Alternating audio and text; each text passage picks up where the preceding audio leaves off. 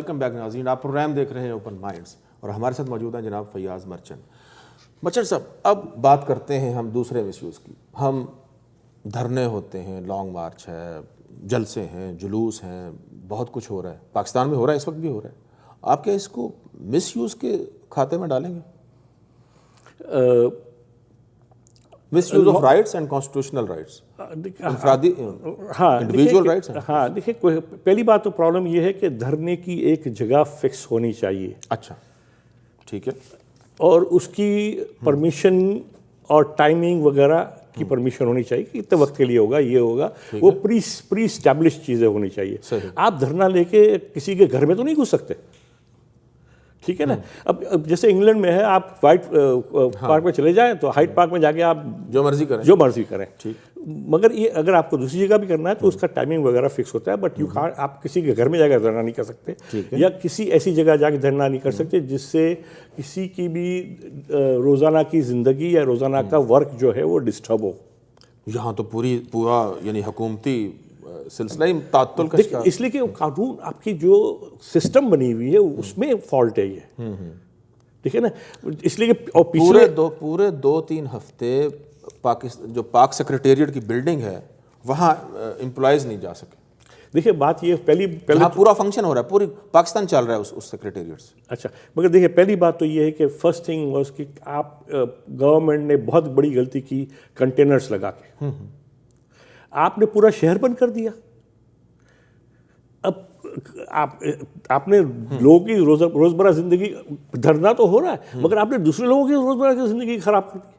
तो कंटेनर्स नहीं लगाने चाहिए थे। इसको ऑफ कोर्स डिलेड, वही justice delayed is justice denied. इन्होंने काफ़ी डिले कर दिया गवर्नमेंट ने। और अब ये कॉन्स्पिरेसी थियरी चल रही है आजकल तो क्या कि भाई ये this was a conspiracy hedged in London between America, Britain, Canada and Iran कि ये धरने डाल के गवर्नमेंट को चेंज करेंगे और थिंग्स लाइक दैट। अब मुझे उसमें ज़रा कुछ डाउट लगता है। वैसे it looks like cock and bull story कि अमेरिका को क्या फ़र्क पड़ता है कि क्या हो, और क्या they want a stable government. तो ये मुझे नहीं, इन्होंने तो दिया है, उसका स्पोक्स पर्सन ने बयान दिया है कि हम तो जमहूरियत के साथ हैं। हाँ, तो अब जमहूरियत क्या चीज़ है ये भी तो सोचे ना। जमहूरियत ये है कि फेयर एंड फेयर इलेक्शन। ठीक है। अच्छा, अब फेयर इलेक्शंस पे ही डाउट आ गया आपका। अब वो मैं बताऊं आपको कि इलेक्शन कमीशन ने 12 सीटों का एनालिसिस निकाला। अच्छा, 12 सीट्स का। ठीक है। 12 सीट्स में नून लीग लॉस्ट 10 सीट्स। अच्छा, एंड पीटीआई लॉस्ट 2 सीट्स। ठीक है। 12 सीटों का ये हुआ। ठीक है। अच्छा, ये out of this 10 seats independents got 8 and other went to other parties. PTI का ये हुआ कि it went to other parties. अब सोचे कि अगर हम इसी ट्रेंड को लेके चले तो नून लीग कितनी सीट लूज कर जाएगी और पीटीआई जो बहुत शोर मचा रही है वो कितनी सीट लूज कर जाएगी। तो इसका मतलब there is no end to it, ये तो फिर पूरा सिस्टम ही बदल जाएगा। नहीं, देखिए सिस्टम तो बदलने की जरूरत है। आज आपका मिडिल क्लास तबका, लोअर मिडिल क्लास और पुअर क्लास जो है बिल्कुल अपसेट है। आपकी पूरी गवर्नमेंट मशीनरी जो है वो काम करने नहीं आती, धंधा करने आती है, बिजनेस करने आती है। आपकी जो इतनी लैक्स ऑफ सिक्योरिटी है, lakhs of in government organisations है, वो इसी वजह से है कि जो गवर्नमेंट सर्वेंट्स है वो सारे अपने बिजनेस पे लगे हुए, टीचर्स काम पे नहीं आते। तो पूरी मशीनरी मेरे हिसाब से क्रैश हो गई है। ठीक ठीक। Unless the system is changed, the government goes to grassroots level and rights of people. System देखिए फैयाज़ साहब, सिस्टम भी तो चेंज कैसे होगा? यानी इसी सिस्टम में होगा तो फिर पार्लियामेंट चाहिए, देखिए इलेक्शन कमीशन चाहिए, अच्छा आपकी सुप्रीम कोर्ट चाहिए मजबूत। नहीं, देखिए आप तो टॉप की बात कर रहे हैं ना। हाँ। देखिए टॉप से कॉमन आदमी का कोई वो नहीं है। कॉमन आदमी का काम का क्या प्रॉब्लम होता है कि म्यूनसिपल में जाना है या पुलिस स्टेशन में जाना है। ये कॉमन आदमी तो 5 माइल से ज़्यादा निकलता नहीं है। ठीक है ना, बेसिकली। तो आपको ये कॉमन मैन की सारी रिक्वायरमेंट्स पूरी करनी है। Proper hospitals, proper schools, police services and social services via city council. जब तक कि आप ग्रास रूट लेवल पे नहीं लाएंगे तो ये आपका ऊपर से तो टॉप से तो आपको कुछ भी कर ले, कोई फर्क नहीं पड़ता। ये बताइए कि मिस यूज़ ऑफ रिलीजन या अथॉरिटी यहाँ भी होता है, अमेरिका में भी? बिल्कुल होता है। वो किस शक्ल में?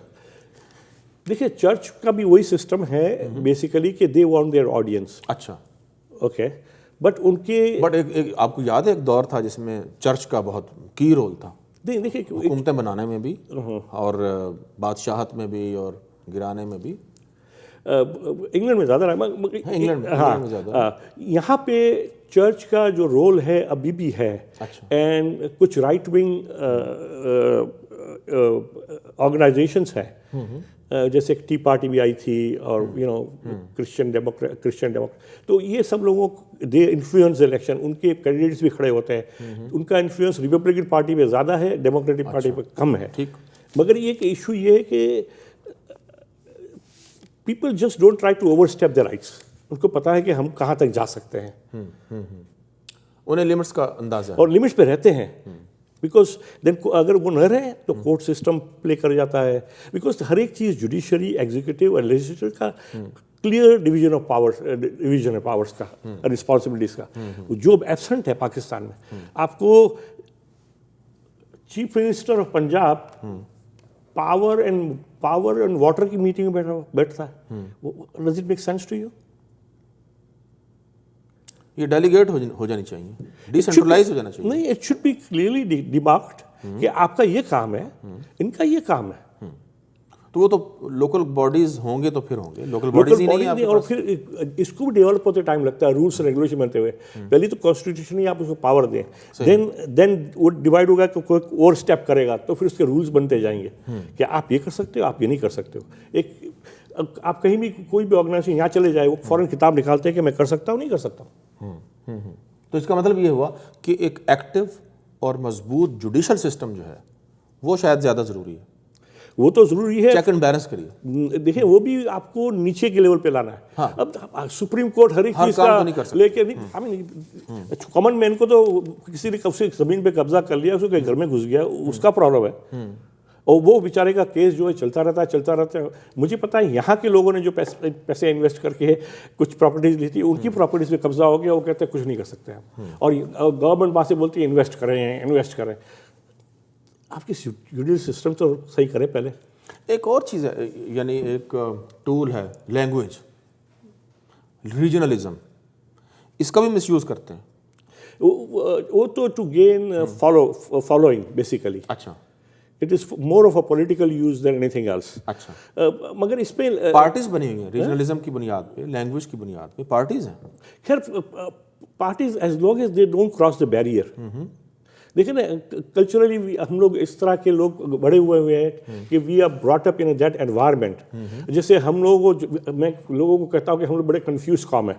ठीक। कंफ्यूज कॉम इसलिए है कि इस्लाम में इक्वालिटी बताई है, हम उसकी इक्वालिटी फॉलो नहीं करते। सही। ठीक है ना। कोई दिन ऐसा तो आए ना कि कोई पसीने से चूर, आपको जो चीज़ पसंद ना हो, फॉर एग्जाम्पल आपको काला आदमी पसंद नहीं है या ब्राउन आदमी पसंद नहीं है, वाइट आदमी, पसीने से चूर बदबू मारता हुआ आदमी आपके पास ईद में खड़ा हो पड़ोस में और आपसे गले लगाए। इस्लाम तो ये कहता है ना कि आप गले लगाए, मगर हम करते हैं? नहीं करते। तो हर एक चीज़ जो है वो उसमें फेयरनेस एलिमेंट नहीं है, उसमें हम अपने बहुत सेल्फ सेंटर्ड सोच है। मज़हब तो एक वे ऑफ लाइफ है, मज़हब तो वे ऑफ लाइफ है एक। और हम यानी जो आपने मिसाल दी, बहुत ही छोटी सी सामने की मिसाल है ना ये तो हम ये समझते हैं कि शायद हम हज कर लेंगे या उम्रा कर लेंगे तो सारा कुछ पिछला मुआफ़ आगे से फिर शुरू कर देंगे हम, तो उसके बाद जो मर्ज़ी करते रहें। यानी वो जो एक वे ऑफ लाइफ है, वो जो एक एटीट्यूड्स हैं, हमारा ज़िंदगी गुजारने का जो तरीका है रोज़ का, असल तो मज़हब तो वही है, इस्लाम तो वही है, हम उसकी तरफ नहीं जाते। नहीं, देखिए, फर्स्ट ऑफ ऑल मैं आपसे डिसएग्री करूंगा कि हज करने के बाद आप जब किसी से भी माफ़ी मांगते हैं, किसी इंसान से भी माफ़ी मांगते हैं, तो आप माफ़ी मांगते हैं कि भाई मेरी गलती होगी, दोबारा नहीं करूंगा। अच्छा, ठीक, यही होता है ना। सही है। तो आप अल्लाह ताला से भी कहते दोबारा नहीं करूंगा, तो दोबारा अगर वही चीज़ करेंगे तो फिर आपकी माफ़ी तो खत्म हो गई ना। तो मैं वैसे एक प्रैक्टिस की बात कर, नहीं, मगर गलत है ना वो। हाँ, बिल्कुल। अच्छा, दूसरी बात ये है कि हम लोग लॉस्ट है बिटवीन कल्चर एंड रिलीजन। अच्छा, बहुत से लोग अरबी कल्चर को रिलीजन समझने लगे। समझ रहे हैं? अच्छा। और बहुत से लोग जो है वो रिलीजन पे कल्चर को तस्वीर देते हैं। जैसे कुरान में काफ़ी चीज़ें लिखी हुई है जो खैर लोग पढ़े तो बेहतर है कि आप औरत को डाइवोर्स देने के बाद घर से निकाल नहीं सकते। हमारे कल्चर में है कि आप निकाल दें। अच्छा, देखिए ये अब आप ये आपने नई बहस छेड़ी है, नई बात है। मगर देखिए क्वेश्चन इज हम फॉलो नहीं करते ना, हम तो फॉलो करते ही नहीं है।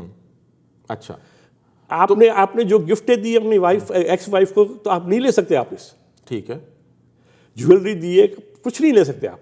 तो ये सब और प्लस सपोर्ट करना है आपको जब तक अगर उस प्रेग्नेंट है तो ये सब चीज़ें हम नहीं फॉलो करते। तो इशू ये है कि जब तक हम फर्स्ट ऑफ ऑल रिलीजन को समझें और उसको फॉलो करें। अगर कल्चर उससे क्लैश करता है तो कल्चर को ना फॉलो करें। ठीक है। अगर कल्चर क्लैश नहीं करता, कॉम्प्लीमेंट करता है तो उसको फॉलो करें। सो कल्चरल जो ट्रेडिशंस थी या रस्म और रिवाज थे वो मजहब में आ गए, ये भी तो है।